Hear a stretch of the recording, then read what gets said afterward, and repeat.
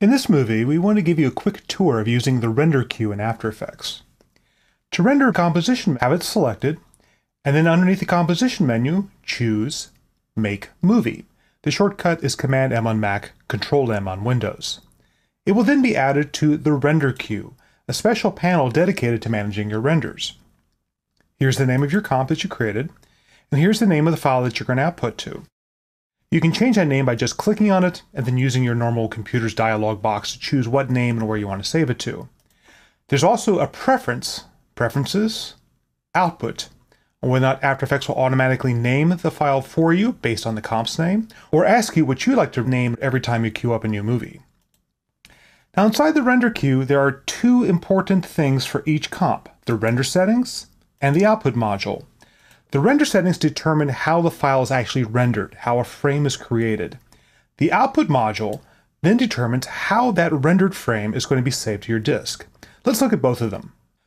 Now After Effects comes with a number of defaults for both the render settings and on the output module.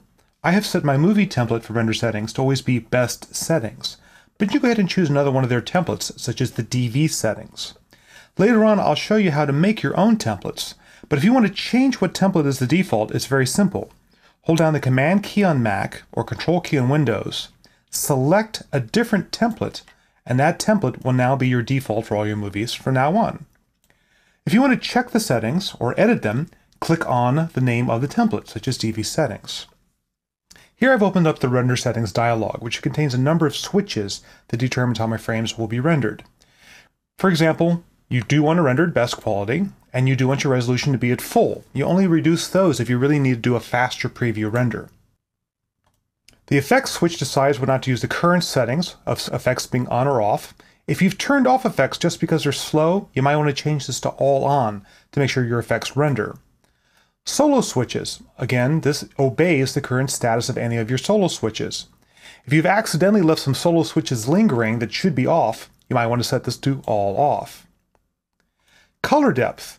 Quite often we work just at 8-bit per channel color, which is not the highest fidelity, but fast. If we then, at the render stage, want to render at higher fidelity, we might increase this to 16 bits per channel. It will reduce posterizing on some effects like lens flares.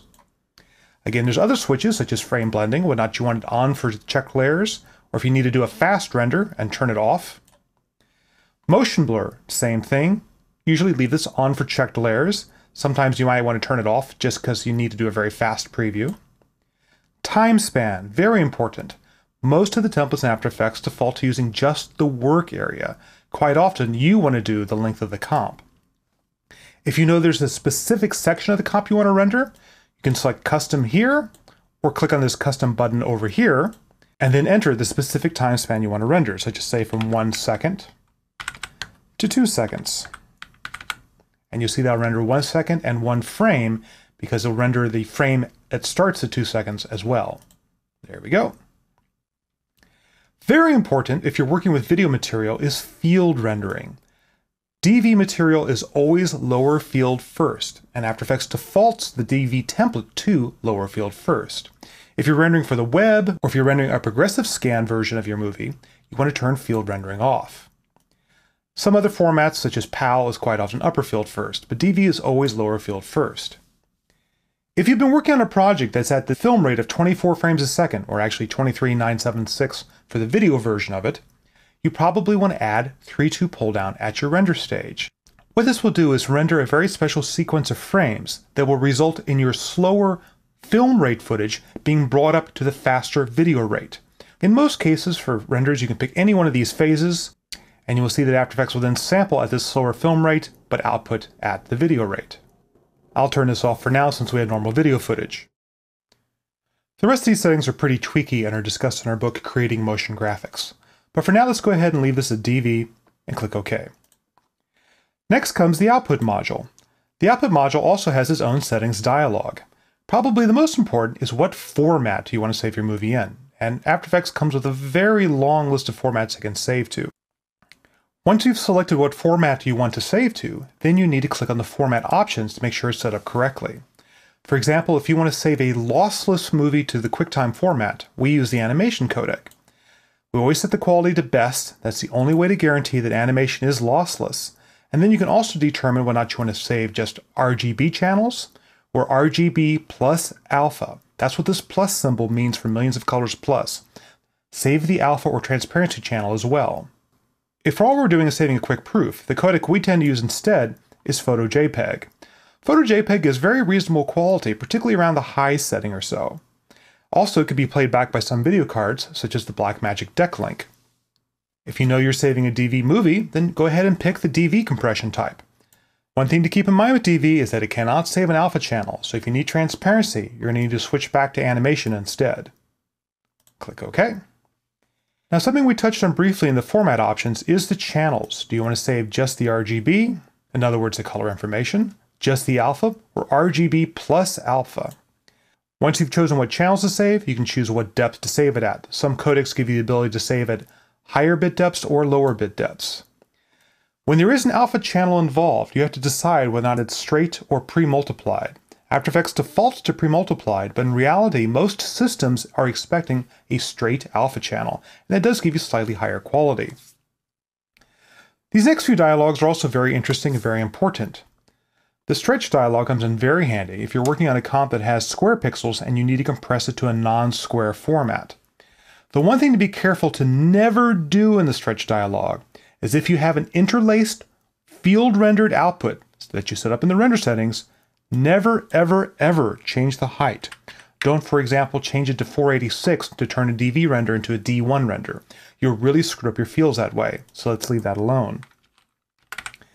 If you do need to do something, such as add or subtract from the height of your render, particularly an interlaced render, the crop dialog comes in very handy. Rather than stretching, it actually removes material or just adds a black fringe. So if I wanted to convert a DV render to a 486 line D1 render, I need to actually add lines rather than crop. If I add -3 to the top and -3 to the bottom, it will give me 486 lines, but I will have changed my field order. It will now be an upper field first render, which is what some cards like the Aurora requires. If I want to go from DV to D1 for something like a Decklink card, I add 4 lines to the top and add 2 lines to the bottom. A negative crop adds lines, and now I've gone ahead and expanded the height of my render. Don't forget the audio output. Quite often this is left off in a lot of the templates. If you're going to DV, 48K is the standard Pro format. If you just have a consumer DV, you need 32K. Let's go ahead and leave it at 48K, since most professional videos are that format anyway. And click OK.